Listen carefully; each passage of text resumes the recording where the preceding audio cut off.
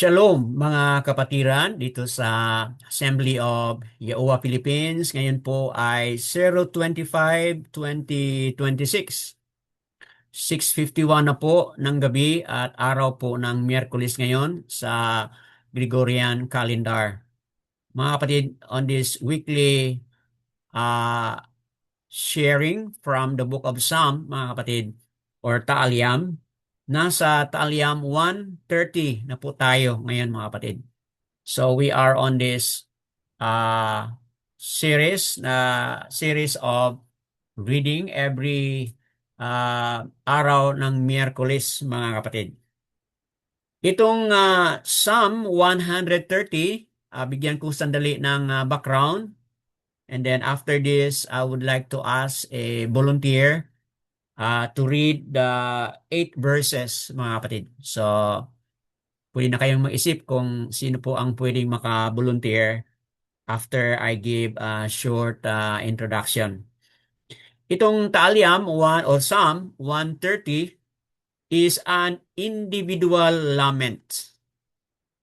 Okay, doon sa mga nakaraan na mga Psalm 127, 128 at 129, it's more of community, more of family, more of yung sangkatauhan who are on a journey, on a travel towards Jerusalem. So yun po yung ating mga previous. But ngayon, individual po. This is an individual lament.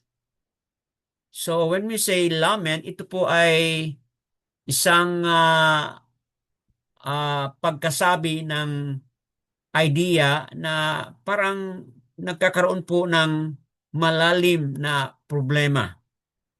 Okay? Lament on a certain things na kung saan humihingi po ng awa mula kay Abba Yahuwah. Expressing penitence and trust in Yahuwah's mercy. So ito po pala ang Taalyam 130 mga kapatid. Individual lament expressing penitence and trust in Abba Yahuwah's mercy. Kung ibig sabihin mga kapatid, tayo ay merong pagkakataon na ang bawat isa ay magtangis, mag-humble down, magpakumbaba upang ipadama natin ang ating buong pagtiwala doon sa awa, doon sa habag, mercy, or favor ni Abba Yahuwah. Makikita din po ito sa Taalyam 6, Taalyam 25, 32, 38, 51, at 143. Itong mga numbers na yan na nabanggit natin, 6, 25, 32, 38, 51, 143, ay ito po yung other examples of individual laments. Halimbawa, Psalm 51, ano pong malala natin dito mga kapatid? Individual lament ito. Sinong tumangi? Sinong umiyak dito sa Psalm 51? Di ba? Si Daud, di ba? Bakit naglament si Daud? Dahil sa kaniyang kasalanan. Dahil sa kasalanan niya with Batseba. Di ba? Alam natin ang nangyari. Namatay ang kanilang anak. So nung namatay ang kanilang anak, talagang nagluksa, naglament si Daud. For kung tama yung aking pag-alala, 3 araw na hindi siya kumain. Kung di ko nakalimutan, 3 days. Hindi siya kumain, mga kapatid. Nagluksa siya, naglament siya. Dahil alam niyang nakasala siya at doon nagmakaawa siya. Okay, kung basahin mo yung Psalm 51, di ba, mga kapatid? Have mercy upon me, di ba? Yun po yung sabi ni Daud. So yun po yung mga example ng individual lament. Psalm 6, 25, 32, 38, 51 at 143 at ito ring 130 ay ating pinapaliwanag ngayon. The penitential element is geared towards helping worshipers to see themselves, okay, as forgiven people whose only right to enter Yahuwah's presence only lies, okay, on the mercy of Abba Yahuwah. So ito po pala yung ibig sabihin nito, mga kapatid, na ang bawat mananampalataya o bawat taong sumasamba, mga kapatid, talagang tingnan ang kanilang sarili na sila po ay tao na pwede at may karapatan na lalapit kay Aba sa presensya niya dahil lamang sa kaniyang awa, favor, habag, mga kapatid. Or kung sa Yahudyat, yan ay kanan. Kasad, that's mercy. Kanan, that is favor, mga kapatid. So, yun po ang background. Now, that being heard, basahin na po natin. Makinig tayo, mga kapatid. Sino po ang pwedeng mag-volunteer? Then, may background na tayo, may idea na tayo. So, who will be the person to volunteer and read Ta'alyam o Psalm 130? Paki-unmute lang po and then kindly read our Psalm, mga kapatid. Ako lang, Brother Dan. Ay, salamat, Brother Casadia o Brother Pio. Go ahead po, Brad. Kaya Tahalyam chapter 130. A Song of the Grace. Out of the depths I have cried to you, O Yahuwah. O Yahuwah, hear my voice. Let your ears be attentive to the voice of my prayers. O Yah, if you should watch wickednesses, O Yahuwah, who would stand?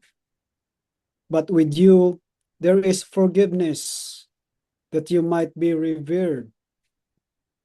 I look to Yahuwah, my being has looked, and for his word I have waited. My being for Yahuwah more than those what sing for morning.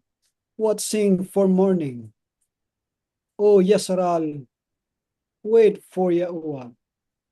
For with Yahuwah there is kindness, and with him is much redemption. For he shall redeem Yasral from all his wickednesses. Yan.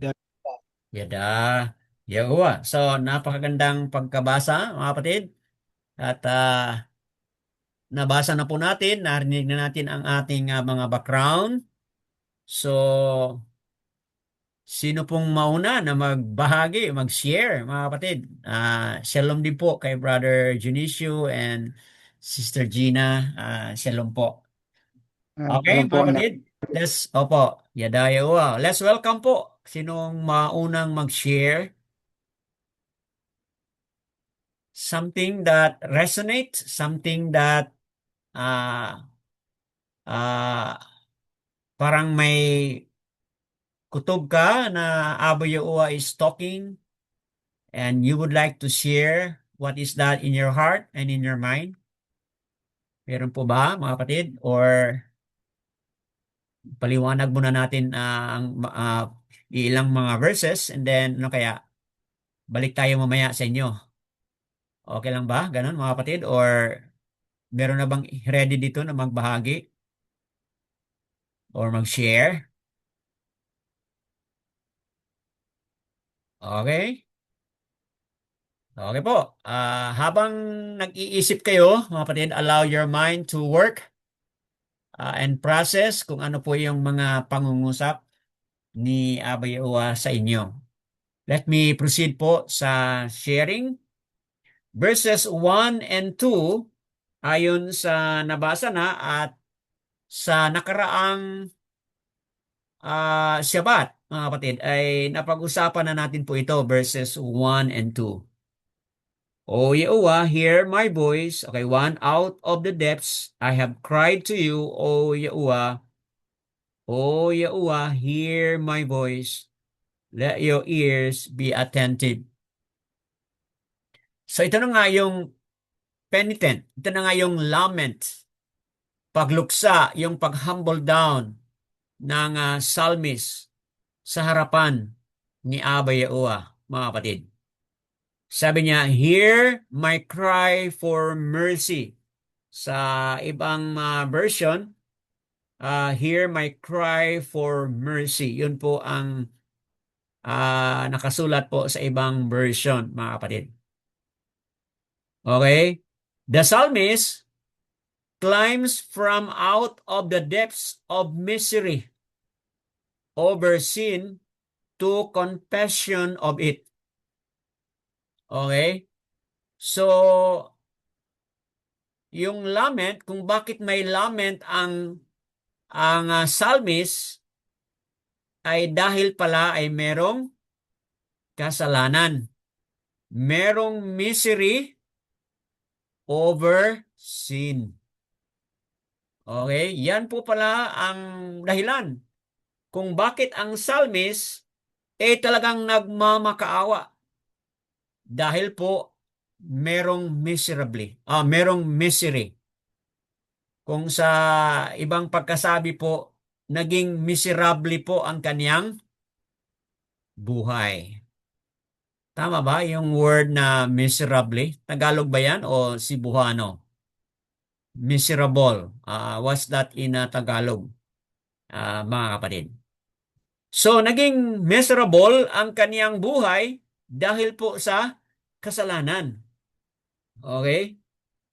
Out of the depth I have cried to you, O Yahuwah. O Yahuwah, hear my voice. Let your ears be attentive. Kanina, nabanggit ko po yung Taaliam 51, which is talagang out of the depths, out from the depths of Daud or David's expression, mga kapatid. Talagang nagmamakaawa siya sa harapan ni Abba dahil po sa kaniyang mga kasalanan, mga kapatid. Okay? So, from that misery over sin, ang nangyari is confession, mga kapatid. Yung pag-confess, yung pag-admit, yung pagpakumbaba sa harapan po ni Abba Yahuwah. So, yan po mga kapatid ang focus dito sa verses 1 and 2, mga kapatid. Okay? So, dito sa verses 3 to 4, ang emphasis naman po dito ay hope. 5 to 6, ang emphasis naman po dito ay assurance. And then 7 to 8 po, ang emphasis naman po dito is the tone is urgent and the topic is for my pleas for mercy. Okay po, yun po ang focus sa verses 7 to 8 na nawa pakinggan niyo po ako dahil po sa inyong awa at dahil po sa inyong habag. Yun po yung tono, yun po yung tone sa expression ng lament na ito, verses 7 to 8. Okay? So, mga kapatid, patuloy po natin ipaliwanag, verses 3 to 4. Oh yeah, if you should watch wickedness, O Yahuwah, who would stand? But with you there is forgiveness, that you might be revered. Okay po? So, malinaw, from verses 3 to 4, mga kapatid, the psalmist affirm na meron talagang ano po, meron talagang kapatawaran. Okay? Tingnan mo yan, okay? Abba Yahuwah is watching sa lahat ng mga ginagawa ng mga masasama. Okay? Yahuwah who would stand. Oh, Yahuwah who would stand. Okay? Yan po, malinaw mga kapatid, dito sa verse na iyan na kung saan makikita natin na Abba Yahuwah, mga kapatid, is indeed showing forgiveness. Verse 4 again, but with you there is forgiveness, that you might be revered. So dito makikita natin mga kapatid na the psalmist declared na kay Abba Yahuwah may kapatawaran, may forgiveness mga kapatid. So makikita natin dito na tayo bilang mga sangkatauhan ni Abba, kung tayo pala ay lalapit sa Kanya, magpakumbaba sa Kanya, talagang meron tayong assurance of forgiveness, mga kapatid. Not even the faithful who are singing this could stand, and yet with the land, okay, there is, in the land, there is forgiveness. This is the promise of Abba Yahuwah to His people na kung tayo ay lalapit sa Kanya na may paniniwala, talagang merong kapatawaran, mga kapatid. There is forgiveness to those who would come to Him with humbleness and with faith o with belief, mga kapatid. Wow! So, yan po. And ang dahilan kung bakit ganun ang sabi ng psalmist, bakit humingi siya ng forgiveness, sabi niya, that you might be revered. Upang ang tao ay makakilala sa inyo, may takot sa inyo, okay, at magkaroon po ng fear and reverence kay Abba Yahuwah, mga kapatid. So,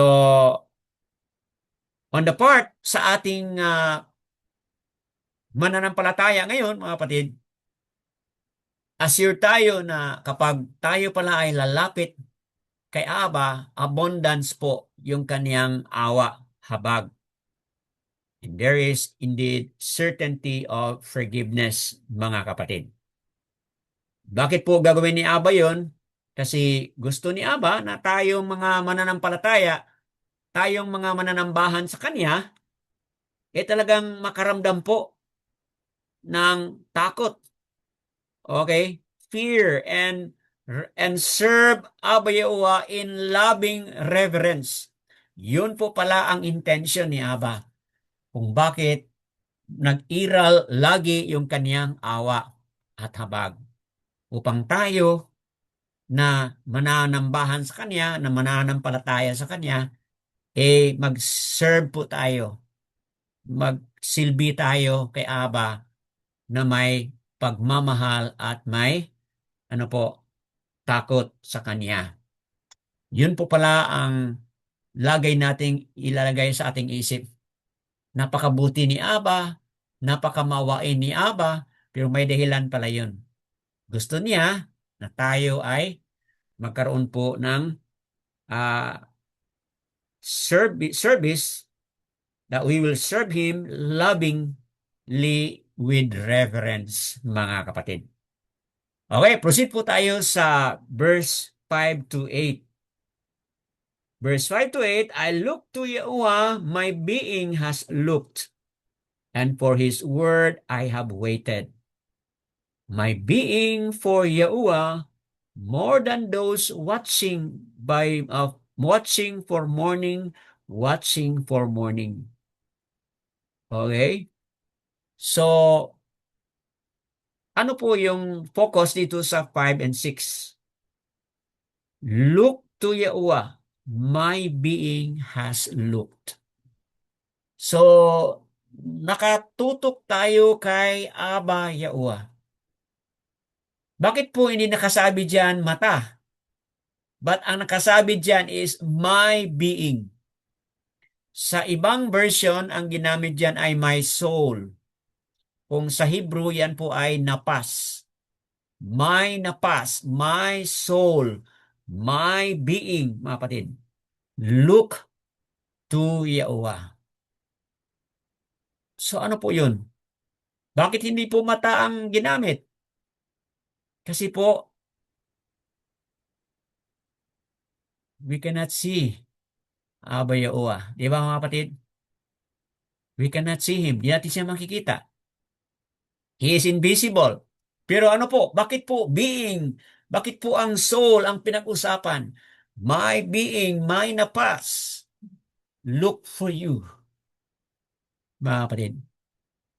Kasi yung pong being natin, yung ating soul, yung ating kaluluwa, siya po yung makaramdam. Siya po yung makaranas ng ng sobrang awa at patawad ni Abba Yahuwah, mga kapatid. Kasi kapag darating na yung patawad ni Abba Yahuwah, ang unang-una pong makaramdam, ang una-una pong recipient, mga kapatid, ay ang ating napas, ang ating buong pagkatao, mga kapatid, ang makaramdam doon sa awa ni Abba Yahuwah, mga kapatid. So, ito na nga, okay, as we have read it, mga kapatid, na kung saan ang salmista, talagang ano po, okay, earnestly wait for Yahuwah upang pakinggan ni Abba Yahuwah ang tinig, ang tugon, ang paghingi ng psalmist, mga kapatid. So, yan po, malinaw po, mga kapatid. Dito sa verse 8, verse 7, O Yasar wait for Yahuwah, for with Yahuwah there is kindness, and with Him is much redemption. So ito yung declaration ng psalmist. Yasaral, hintayin mo si Abba Yahuwah. Bakit? Because kay Abba Yahuwah there is kindness, mga kapatid. And kay Abba Yahuwah, meron tayong assured redemption. Wow, mga kapatid. Then lastly, for He shall redeem Yasharal for all his wickednesses. So, dito natin makikita na sa awa at habag ni Aba, merong redemption talaga. Okay? Bakit merong redemption? Dahil Aba Yahuwah, His kindness is everlasting, mga kapatid. So, yun po, forgiveness is very much connected, mga kapatid, doon sa sacrifices offered by whom, mga kapatid? By Yahushua. Dahil Yahushua, ang ating pasak, ang ating Passover lamb, dahil si Yahushua offered himself, mga kapatid. So, forgiveness is connected dito sa tinasabi dito na redemption. At wala namang ibang nag-redeem sa atin, mga kapatid, kundi si Yahushua po. Yung kaniyang precious na dugo ang nag-redeem sa atin, mga kapatid. So dahil dito, na naghihintay kay Abba Yahuwah, naghihintay sa kaniyang awa at habag, mga kapatid, meron tayong assurance. Sa aking na-highlight na kanina.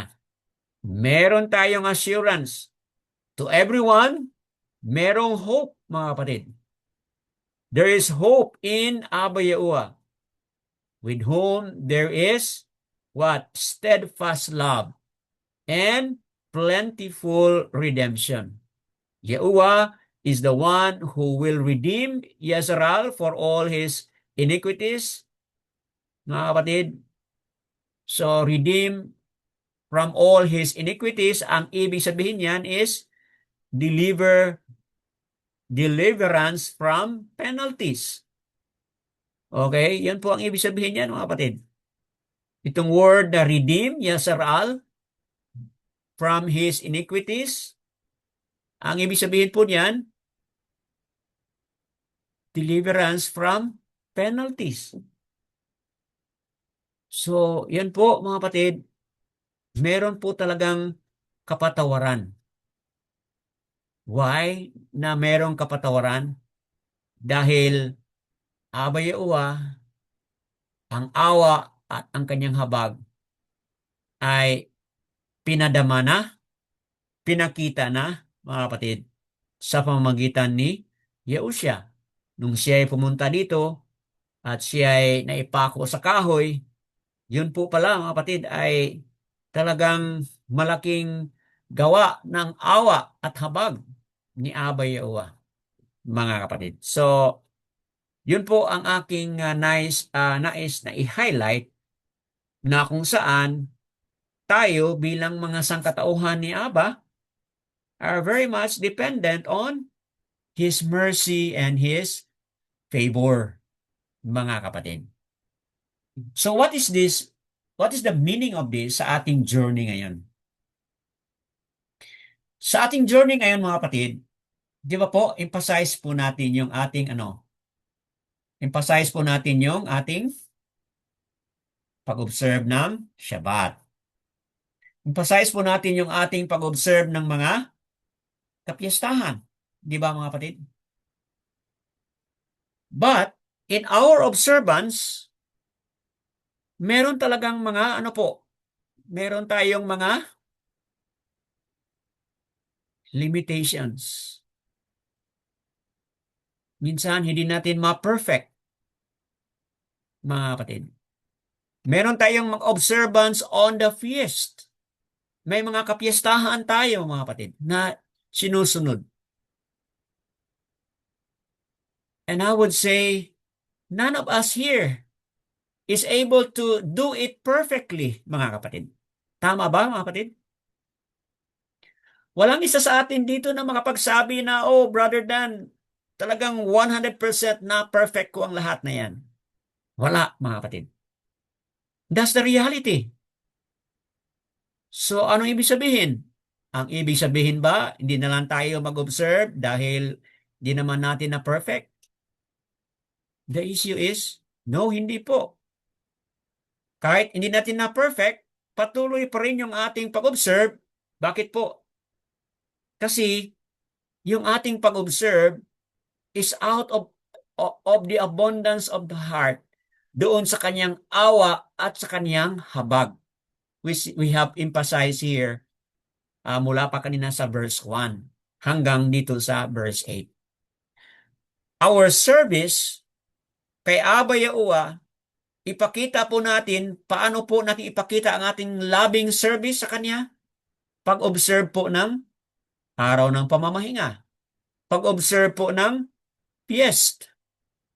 Yun po pala ay loving service na ating magawa kay Aba Yahuwah. Kahit po hindi perfect, mga kapatid. But let's do it with all love, with all gratitude, with all appreciation, mga kapatid, sa awa at habag ni Aba Yahuwah na pinakita na sa atin, especially connected doon sa Pasak celebration natin na darating, which is ngayong Marso 29, mga kapatid. March 29, gagawin po natin yun ang 14th day po, mga kapatid. So, itong lahat nito, yes, hindi natin ma-perfect, pero strive tayo. Gawin pa rin natin, mga kapatid. Kasi po, yun po ay ating expression of love, appreciation sa kanyang awa, habag, mercy, kanan, and favor sa atin, mga kapatid. So, yun po ang aking i-emphasize anyone else that you would like to emphasize having understood na ito pala ang ibig sabihin ng Taaliam 130? Can we hear? Ano kaya ang mga pangungusap ni Aba sa panahon natin, sa panahon mo, sa journey mo ngayon? Ano yung mga pangungusap niya? Kindly share po kung meron man.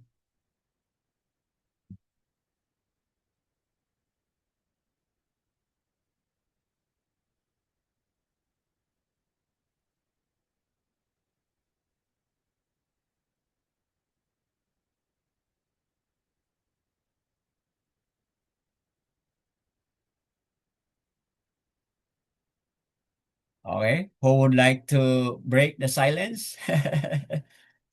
Wala si Brother Yasario na laging mag-break sa ating silence. Or si Brother Geoffrey. Anyone?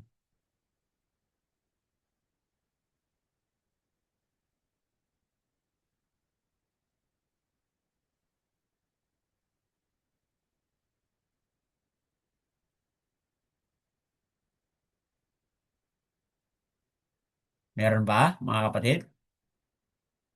What is this message to you? Oh, meron bang kahalagaan ito sa buhay mo, sa journey mo?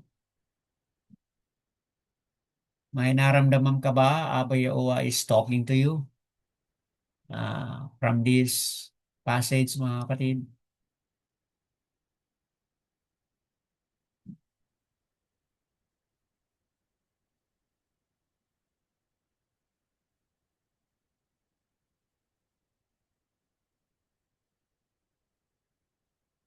Okay?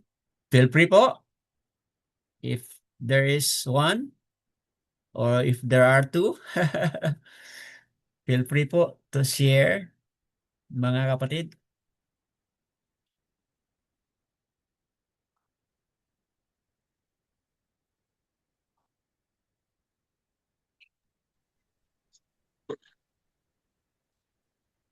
Brother Demetrio, you wanna share something? Sa mayroon na akong konti talagang i-share. Hmm. Ah, para sa akin, ah, talagang dadaan tayo talaga ng hirap. Hmm. Kasi kung hindi tayo dadaan ng hirap, katulad ni Dahod, katulad ni Yahusya, na ating Masya, Ah. talagang hindi natin maramdaman at hindi natin ah, makamit yung awa ni Aba Yahuwah sa atin. Hmm. Ah, Kaya sa buhay natin ngayon ay talagang mayroong mga mangyayari na kahirapan Hmm. at sa panahon talaga ng kahirapan ay wala talagang ibang solusyon ay si Aba Yahuwah talaga. Yan. At doon sa kahirapan, doon natin lalong makilala si Aba Yahuwah. Hmm. At totoo naman talaga na doon talaga kung makilala natin si Aba Yahuwah, ay doon na tayo magkaroon ng takot sa Kanya. At mag upang matuklasan natin at malalaman natin kung ano talaga ang kapangyarihan ni Aba Yahuwah. Yan.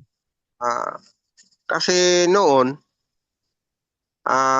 maraming mga sa Christianity noon, maraming magsabi sa mga preaching, sa mga teaching, na talagang kung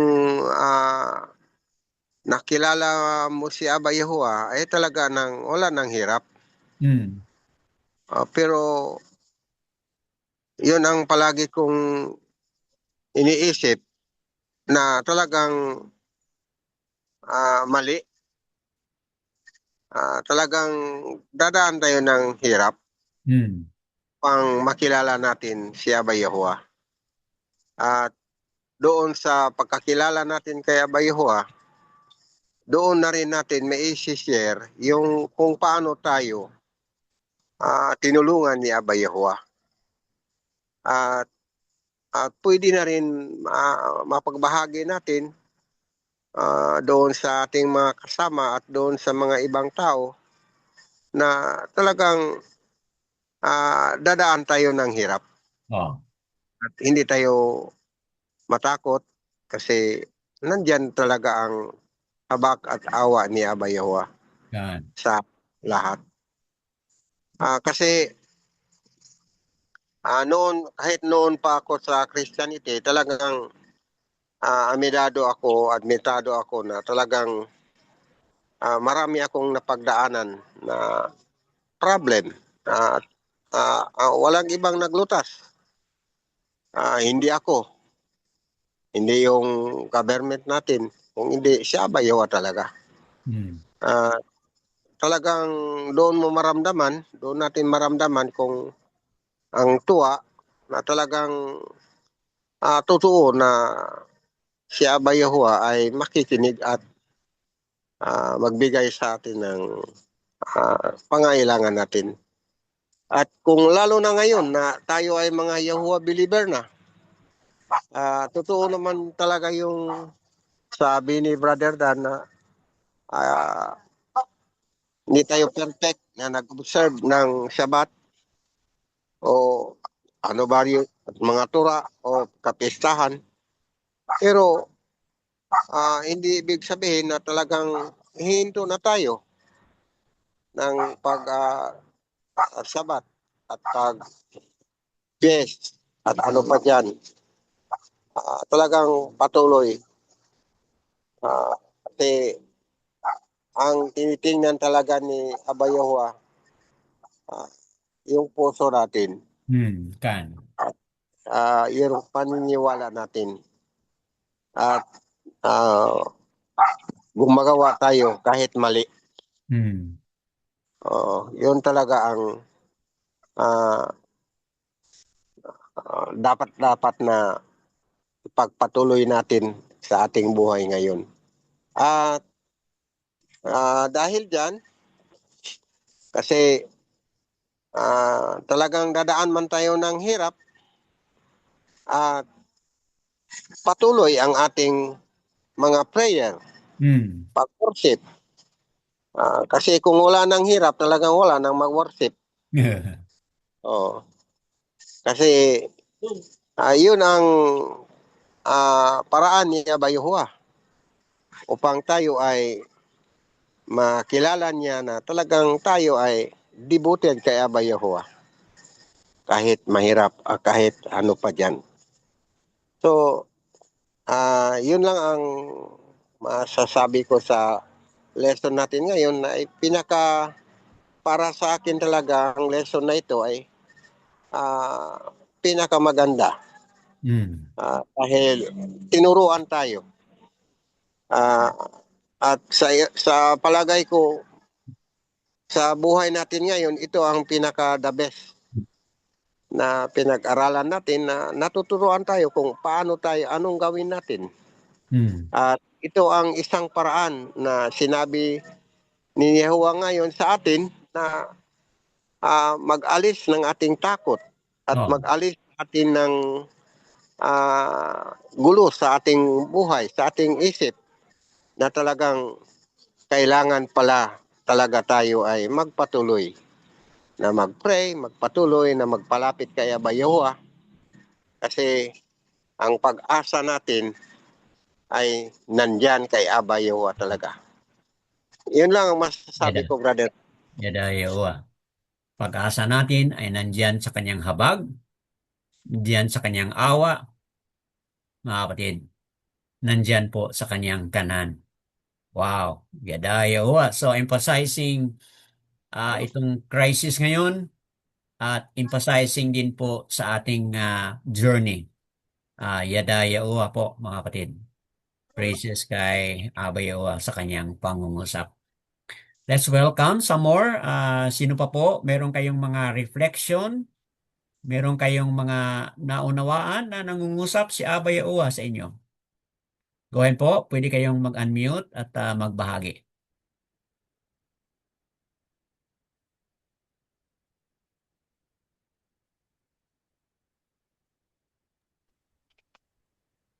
Brother Ako, Junicio, go ahead po, Brad. Sa akin naman po, shalom po sa lahat, Hello, mga Brad po. brothers, sisters. Sa akin po na journey, masasabi ko na si Abayawa at talaga dahil sa kanyang habag-awa, nakarating ako hanggang ngayon. Kasi Tama. po, ang mga ano, mga ah, sakuna, mga maraming mga kahirapan na aking dinadanas, tapos nalaman ko na nandiyan pala si Abayaw kahit naman na hindi ko pa alam noon ang tunay na pangalan, pero masabi ko na ah, yung isip ko magsabi na kahit hindi makita si Abayaw, Oh. palagi lang ako mag-ano sa kanya, I have my vision to myself nga uh, I was uh, thinking him nga he will save us during the uh, bad circumstances in which I possibly met. Opo. So I can think to myself nga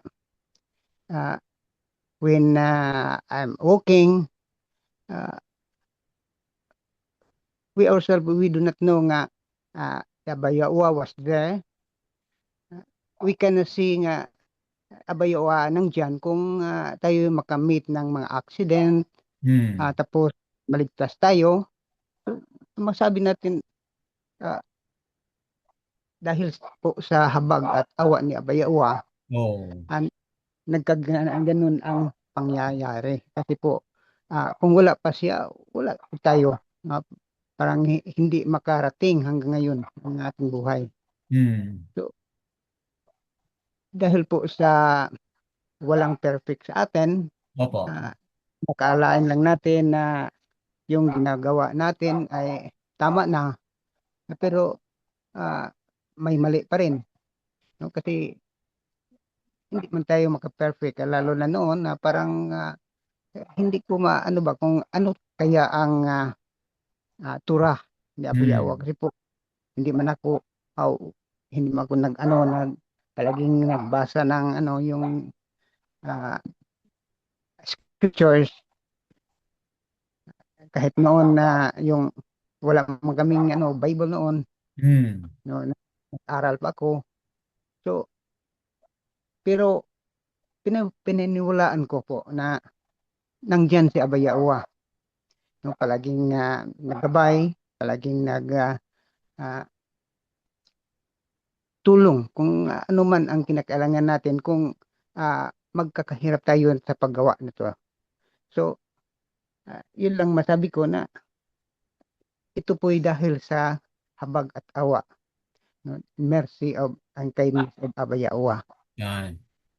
So hanggang ngayon na nalaman kong mga Yawa believers na tayo, so lalong lumago ang ano ko yung paniwala ko na si Abayawa talaga ay tumutulong, no, sa atin upang makamtan natin kung ano ang dapat nating maunawaan. Kasi po noon masabi ko sa aking sarili na ano kaya ang tama na gawain. Pero si Abayawa sa kanyang Ruach HaKodesh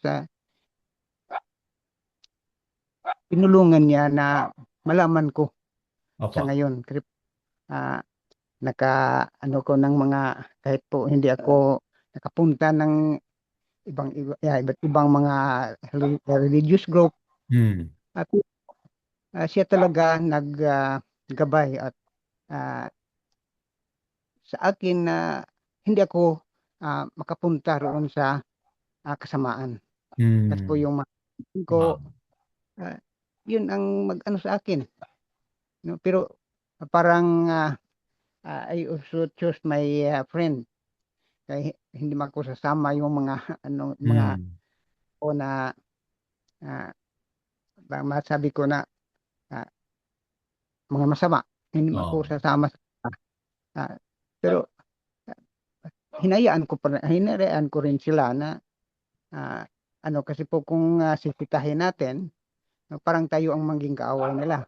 No. So, sabihin ko lang na yun masama yun. Pero hindi ako sasama kasi may takot ako. Sabi, so ako magpapasalamat, lubos na pasalamat ni Aba na siya'y nagturo kung ano talaga ang gagawin. Kasi po wala kong alam eh. Hmm. No? Yun, so ako'y nagpapasalamat at saka sa'yo, Brother Dan, na yung mga fiesta, mga ah, angin, kailangan nating gagawin. Opo. So, yun talaga ay kinakailangan, lalo na sa atin na ah, we are already believers. Hmm. At yun din na naalaman ko na mayroon ding tura Opo.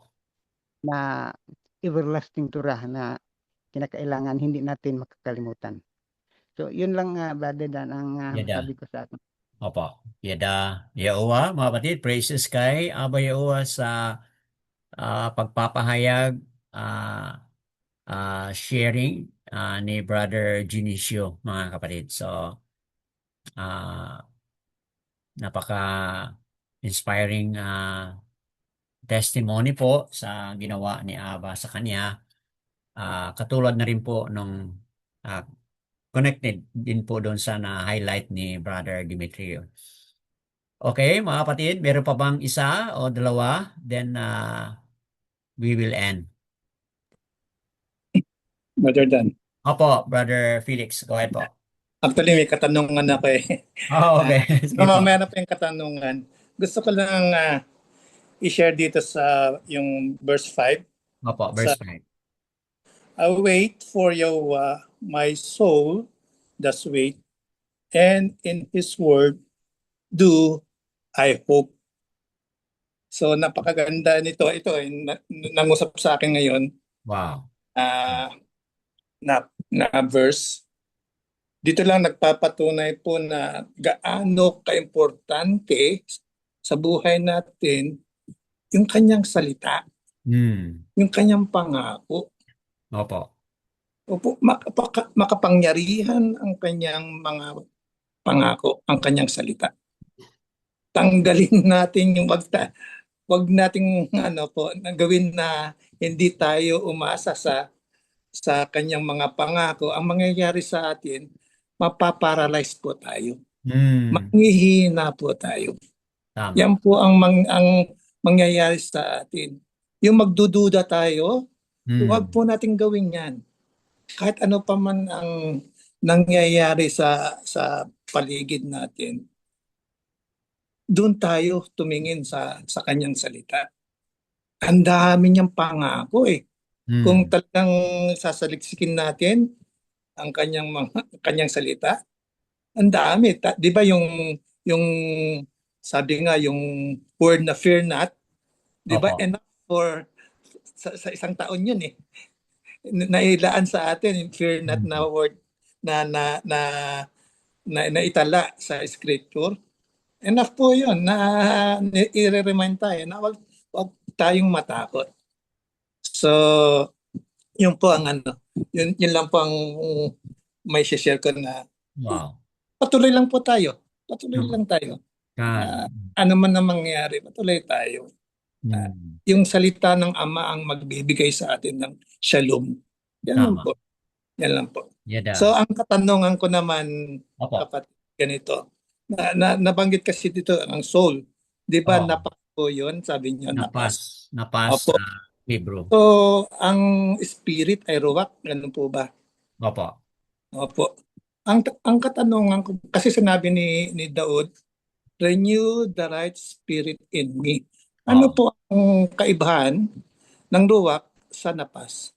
Yung po yung katanungan ko. Okay. So, very good question. Mga kapatid, anong kaibahan sa ruwak at iyong napas? Tingnan natin yung Talyam 51 yun, di ba, Brad? Saang verse yun, ha? Renew thy... Verse 10 ba yan siguro, no? O, tama. Verse 10. 51 verse 10, create in me a clean heart, O Alua. So, clean heart has something to do with the past. Okay? Create in me a clean heart, O Yahuwah, or Aluayam, and renew a steadfast spirit or ruach within me. So, ang tanong, anong kaibahan dito sa napas at dito sa ruach? Hindi ito malalim na pag-aral, but ito yung instant na maisip ko, Brad, ayon sa inyong tanong. Anong kaibahan sa napas at dito sa ruwak batay dito sa Psalm o Taaliam 51? So yung napas, it involves the heart and the mind. Okay? That's the humanity of us. That's our human being. Okay? At kailangan na mag-create. Kailangan magbago. Bakit kailangan magbago? Bakit kailangan mag-create yung ating napas? Kasi human being tayo, fallen. We are fallen human being. Ibig sabihin, meron tayong tendency na talagang, lilihis. Meron talaga tayong tendency na, suwail. Okay? Katulad dito sa experience ni Daud. Naging suwail po siya doon sa kanyang paglabag sa Torah. Okay? So, sa aking pag-unawa, ito yung kahulugan na bakit ang term ginamit is create. Kasi kailangan baguhin sa panahon na nagkasala, panahon na nalihis, panahon na tayo nag-disobey. Kailangan tayo magkaroon ng panibago o renewal of our napas as our being. Yun po, kailangan natin yan. Then, dito naman po sa Ruach or Ruach, sinabi dyan, and renew a steadfast Ruach. So, mahalaga dito na steadfast Ruach within me. Ang pag-unawa ko, ang Ruach or Ruach or Spirit, saan po nanggagaling yan? Kay Abba Yahuwah. Yun po ang hininga niya. That is His breath. Ruach. Kasi kung balikan natin yung Barasyat 2 verse 15. Balikan natin sandali. Okay? Genesis 2 verse 15, mga kapatid. Okay? Naalala natin ito, mga kapatid, no? Nung pagkatapos gumawa si Aba ng He formed the man from the ground. Di ba? Ganun ba yan? Okay, verse 7 pala, mga kapatid, no? Verse 7. Okay. And Yahuwah, Alua yang formed the man out of dust. Barasyat 2:7 po, mga kapatid. From the ground and breathed into his nostril the breath of life. And man became a living being. Okay, so yung breath na yan, yun po yung ruach. And breathe into his nostril, the breath of life. Ruach po yun, mga kapatid. So, saan naggagaling yan? Mula kay Abba Yahuwah yan. Kaya, eternal yan, mga kapatid. Okay? Kasi nanggagaling yan kang Abba Yahuwah. And look at that, following phrase, and the man became a living being. So, yun po yung napas. So, ang aking pag-unawa, Brad, iba. Magkaiba sila. Yung ruach, breath yun, breath of life, na nanggagaling, hininga, nanggagaling kay Aba, na binigay sa tao, then itong napas, ang tao ay naging napas. Okay? And man became a living being. So therefore, nung pumasok na itong ruach sa tao, ang tao ay nagiging living being, nagiging living soul, kumbaga, or napas. So, yun po ang aking pag-unawa na maaring magkaiba, but merong other references din po na kasi yung ibang mga references, it is also used interchangeably. So, but ngayon, batay dito sa mga references natin sa Taalyam 51 verse 10 at dito sa Barasyat 2 verse 7, magkaiba po yung aking pag-unawa batay dito sa references. But maaring merong ibang mga references na they are used interchangeably. Okay? So kung yan man po ay gamit interchangeably, then we would begin to understand na napas and ruach are linked or connected to one another. So ang mangyari, dalawang composition ng ang tao, the material and the immaterial. Pero kung sabihin natin na iba ang ruach, iba ang napas, okay, at iba ang katawan, so anong magiging composition? Tatlo. Okay? So, yan po. I am not going to be dogmatic kung saan diyan ang pwede mong paniniwalaan, but I would say na those are possible way of looking at ano ba talaga yung composition ng tao. Dalawa lang ba? Material and immaterial. Material is the body, immaterial which is the ruach and the napas. The soul and the ruach. That's immaterial. And then, ang tao ba ay body. Kung yun ang pananaw mo, bakit body? Kasi nga galing sa lupa. May physical being. Okay po. But if you look at it as different yung napas at different yung ruach, then magiging tatlo. Okay? Body, soul, and ruach or spirit. Any sharing po? Maganda itong tanong ni Brother Felix. Matagal na pinag-debatihan sa mga seminaryo, Brad. Go ahead po, Brad. Salamat po. Yada yawa po.